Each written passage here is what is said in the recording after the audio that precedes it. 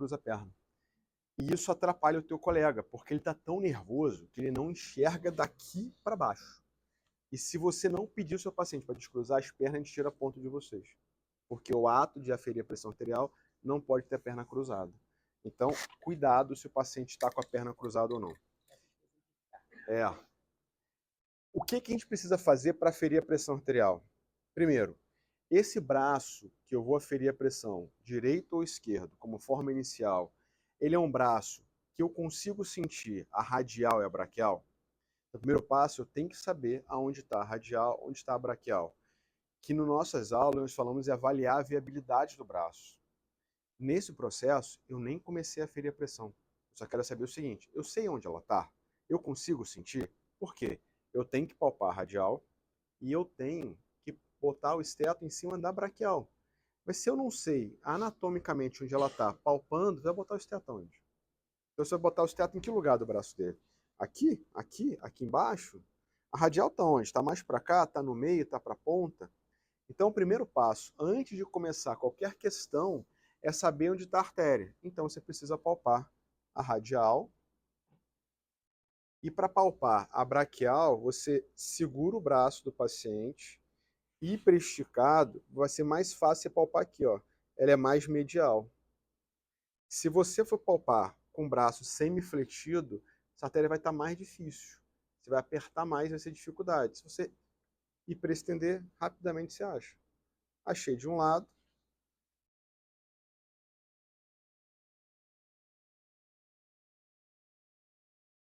Achei do outro. Cara, os dois braços, eu sei onde está a radial e a braquial. Nesse caso, a gente fala, esse braço é viável. Eu comecei a ferir a pressão? Não. Eu só sei que posso ferir no direito e no esquerdo.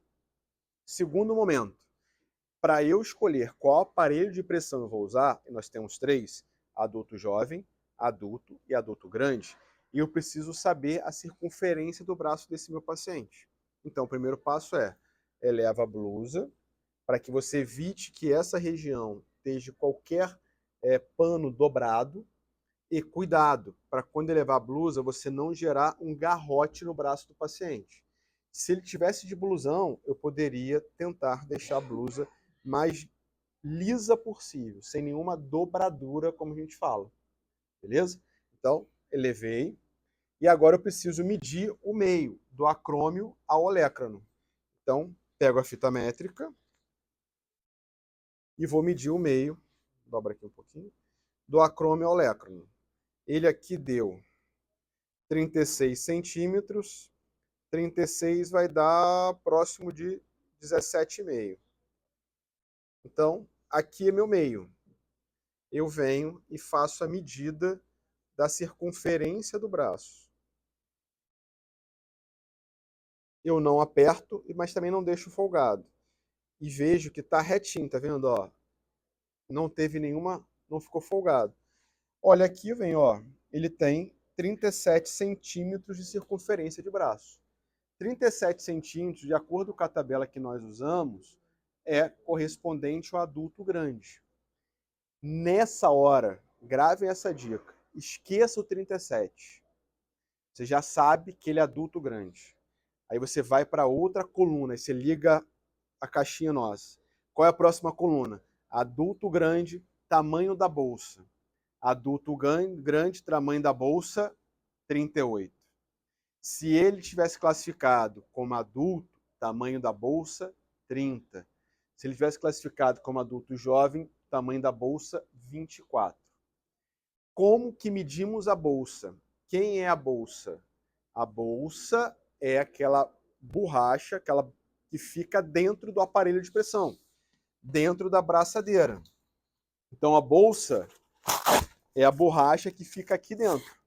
Então agora eu preciso medir essa bolsa. Qual a dica que nós fazemos na prova? Como nós não temos todos os aparelhos que respeitam 24, 30 e 38, algumas braçadeiras vão ter umas linhas vermelhas. Essa não tem. Se essa não tem nada, eu vou seguir o tamanho da bolsa. Eu consigo sentir. Então eu pego e vou medir.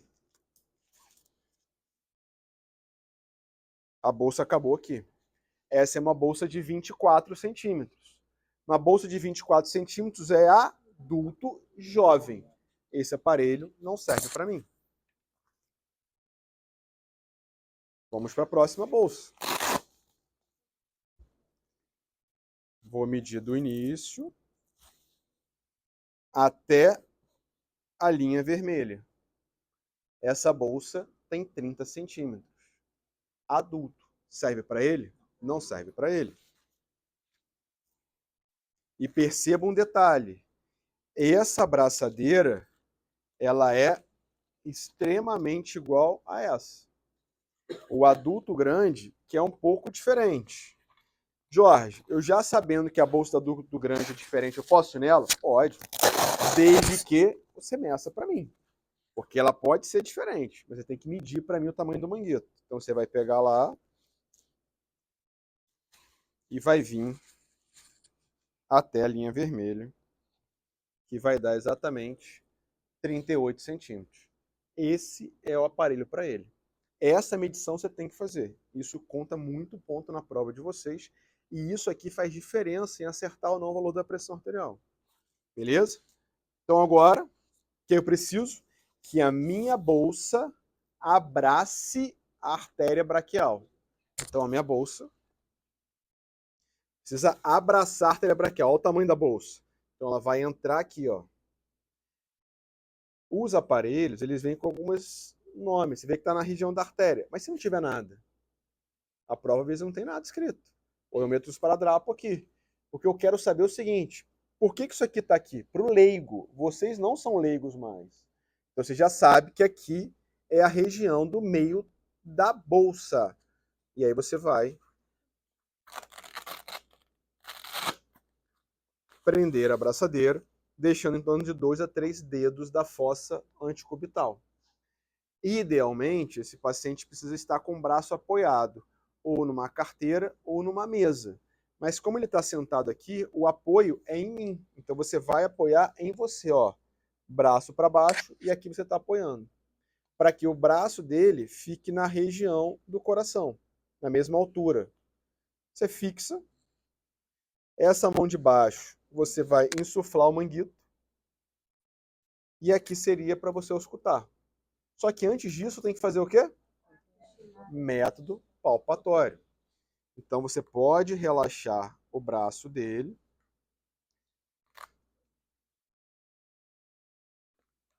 E fazer a medida da pressão arterial pelo método palpatório.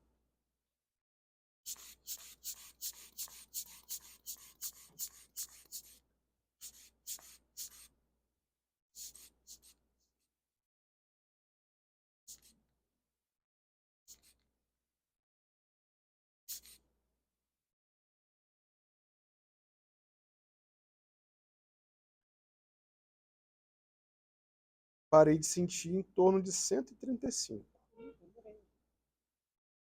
Desinsufla. Espera em torno de 30 segundos. A gente autoriza você. Você tem que me verbalizar o tempo que você precisa aguardar. Aí eu te autorizo. Pedro, já considerei os 30 segundos. Coloca o esteto.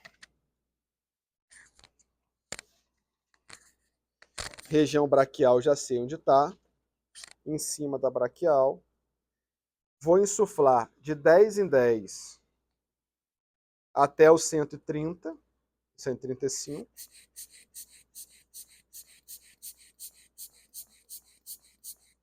Depois, 30 a mais, até 165. E começo a desinsuflar lentamente.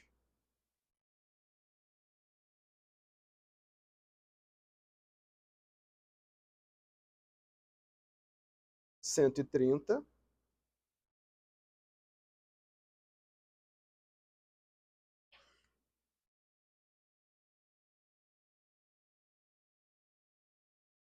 Por 78.